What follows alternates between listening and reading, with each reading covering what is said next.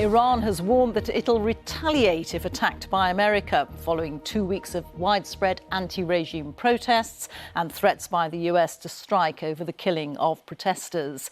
There's been a brutal response by the Iranian authorities. One human rights group says it's verified almost 500 deaths.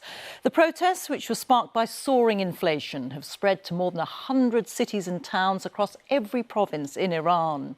The country's president, Masoud Pezeshkian, has claimed the unrest is being manipulated by his country's enemies, and the government has called for nationwide marches tomorrow in support of the regime. Lyse Doucet's report contains some images that viewers may find distressing. Mashhad, Iran's holiest city. Now it burns with a different fervour. The hometown of Iran's supreme leader, a place where protesters want his clerical rule to die. Across Iran, the anger boils. Tehran in the north, Kerman in the south. The roar of the crowds, the boom of the guns. But courage has a cost in Iran, a huge cost. This forecourt is full. Ground zero of grief. It's an open-air morgue. We've tried to count these body bags. There's at least 180 here. And the trucks keep coming. The government is also burying their dead. Coffins carrying police and civilians carried by the crowds. The presenter on state TV lists 10 provinces where they fell.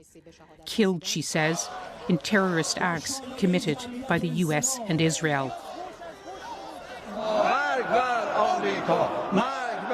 Death to America, MPs shouted in Parliament today. The Speaker had a warning for President Trump, who's been threatening to attack Iran again. So that you are not miscalculating, know that in the case of an attack on Iran, Israel, as well as US military bases in the region, will be our legitimate targets. To decide their own future. Iran's exiled former crown prince sent President Trump a different message on America's Fox TV. Your words of solidarity with the Iranian people and your administration has had tremendous positive effect. Let's hope that we can permanently seal this legacy by liberating Iran so that we and you can make Iran great again. Some call for Reza Pahlavi to return. He's helped galvanize these protests. But his call for foreign help is rejected by those Iranians who say change has to come from within. Today, Iran's President Pezeshkian also spoke for the first time in days. We ask that everyone comes together and not let these people riot. If they have concerns, we will hear them. It is our duty to hear them and solve their problems. However, our highest duty is to not allow rioters to disrupt society. But there's menace on the streets. Security forces on motorcycles open fire. It's not clear who they're targeting. The message to the president from the protests: there are no quick fixes anymore. They're calling for much more. Lyse, what are we to make of these threats being traded by Iran and the US? Well, President Trump is warning Iran almost daily now that he could attack again.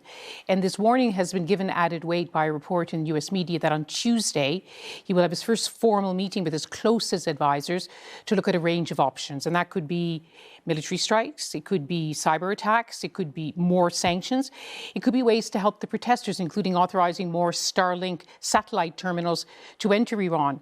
And of course, President Trump likes to boast that he always makes up his mind at the last minute. As we've been reporting, there's already been a warning of retaliation from Iran, and it's not an idle threat. The last time President Trump sent his warplanes into Iran last year to attack the nuclear sites, Iran retaliated by attacking a US military base in Qatar. So there is a risk now, and it's just a risk, that what's happening in Iran may not stay in Iran.